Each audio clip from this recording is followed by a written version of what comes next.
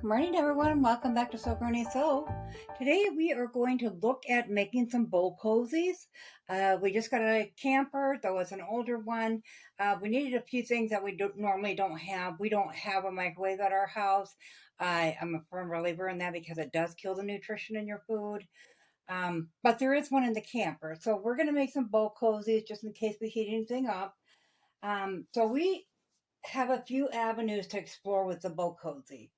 So I found this really cute pattern website online, and there's 5 different lady designers who contribute to this business, but Megan is the owner.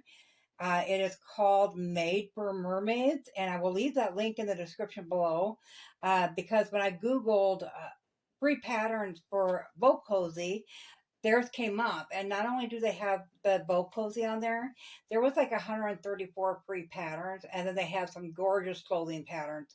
So you'll have to go and check that out. So I went ahead and I printed out their pattern, and as you can see, it comes on 6 pages, and it gives it both for the rounded and for the square corner bow cozies. Um, so this is what it looks like. I just wanted to show you a little bit what it looks like when you got to tape it together and so forth. But it's free, and it will do in a pinch.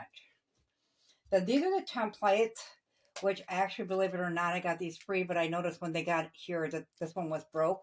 Not a big deal because I would use that smallest size because that does work on our 10-inch squares, which is really nice. So there is another way we can do it.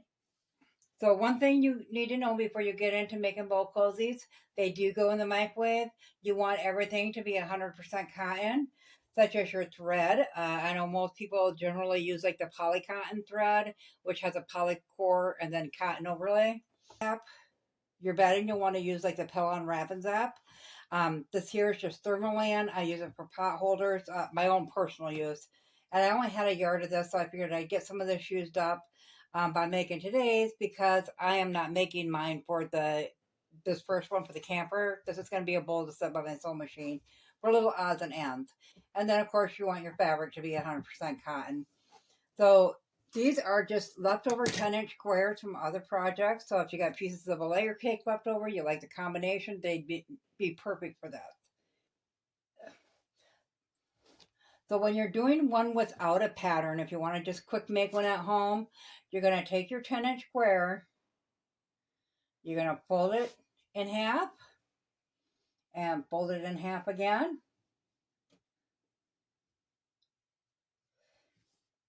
And you're just going to find that midpoint, which you'll have on both sides here and here. You're going to go put this on or put a ruler by that. You're going to go 2.5 inches in, mark that, and then you're going to go 1 inch over. Get that lined up there, and you're going to mark that. Then you're going to take a ruler, lay it down there, and you're going to draw the line from that point to that point. Okay, so you want it on this side here and this side here. So you're going to go ahead and draw that line on there. And then you're going to do it on this side as well. So you'll go in 1/4 inches, 1 or 2.5 inches this way, and then 1 inch this way. And once again, you'll put your ruler on there and you'll draw that line there. And then at the end, you can either leave it square or you can just take something round. You know, it could be like a little plate or something and round those off. So like if you were using a template, you would just trace around that end there. You're going to do that to this piece, and both of the batting pieces. You will want something to mark on the batting because these ones, if you have a template, you can just cut around it with your rotary cutter. But your batting, you know, because it's thicker and the layers kind of shush a little bit, you'll definitely want that cut with the scissors.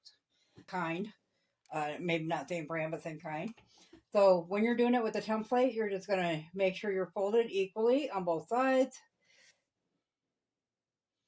You're going to take your rotary cutter,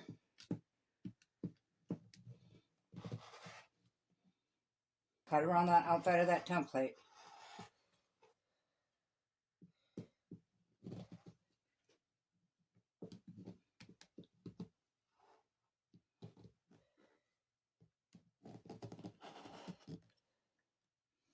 Okay, we'll set that one aside and we will do the same with the next piece. and that one's cut out. Then we'll move on to these, and we're just going to take one of these.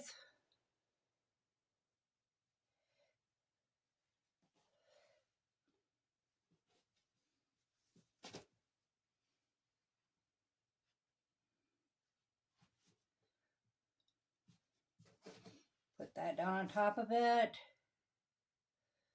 Just trace around it.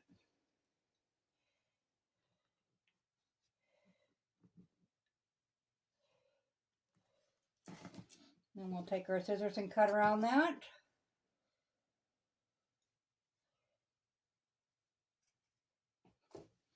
And then we'll do the second piece just the same. Have them all cut. We'll go ahead and we'll put our right side of the fabric down. We'll put one of our batting pieces on top of it.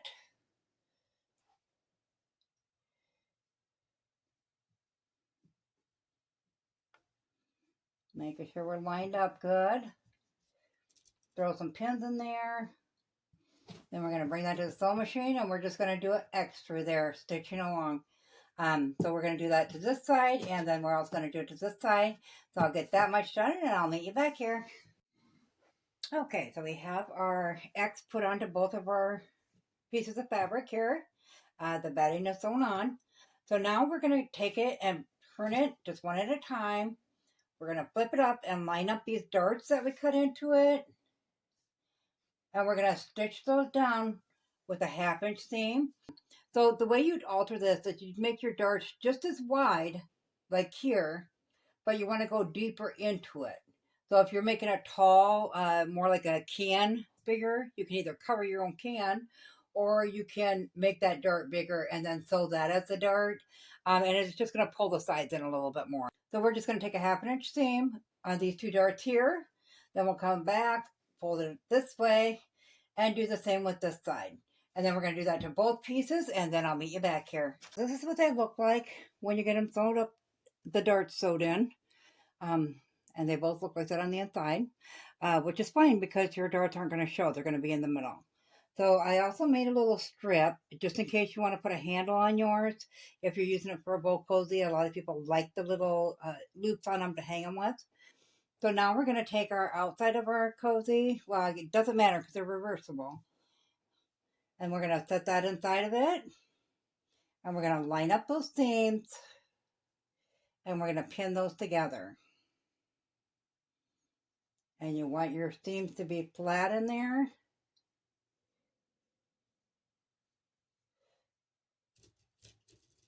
It doesn't have to be perfect. And we'll just do that all the way around. Okay, once we got those 4 done, then we'll go ahead and we'll line up the top.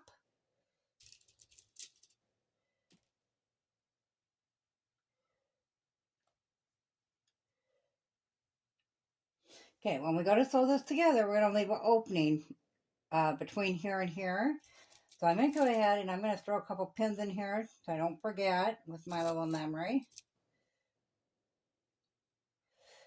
That we're going to leave it open from there to there.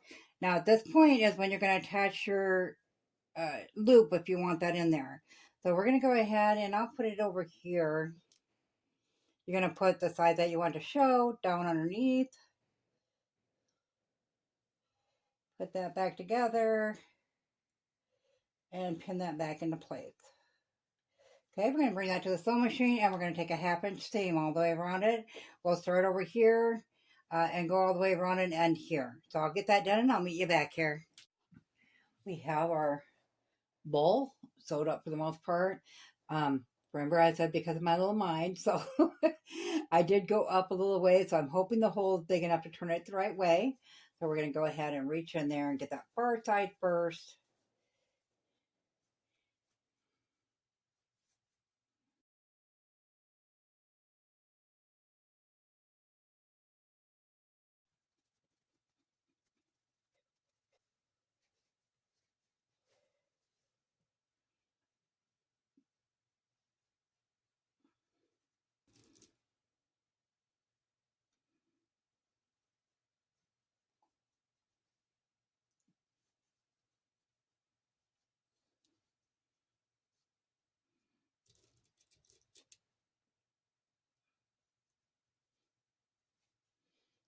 Okay, now we're just going to work that edge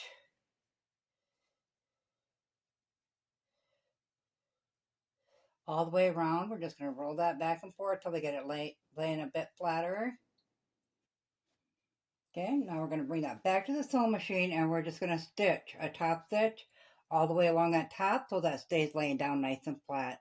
This was a 4-inch bowl cozy. So as you can see, I did put that hook on, so now you could hang it if you want. Make a bunch of them and hang them all on the same hook. So this is a 2-cup pampered chef thing, 2-cup prep bowl. So that fits perfect in here to give you an idea of the size. So if you're doing a regular cereal bowl or a soup bowl, as some call it, I would certainly go with at least a 6-inch. A good thing to hold little trinkets that you intend to make it, whether you do it the pattern offline and made for mermaids, or the templates, which I'll link on Amazon, or maybe just draw it up yourself and you can make it any way you want. I think I'm going to draw up the next one and make it taller. So I do got a pen holder, a pencil holder eventually. As always, guys, if you found this video useful, go ahead and give it a big thumbs up. It really helps our channel grow. If you haven't subscribed yet, go ahead and hit that subscribe button because we'd love to have you here at Sew Granny Sew. Thanks all. Have a great day. Bye.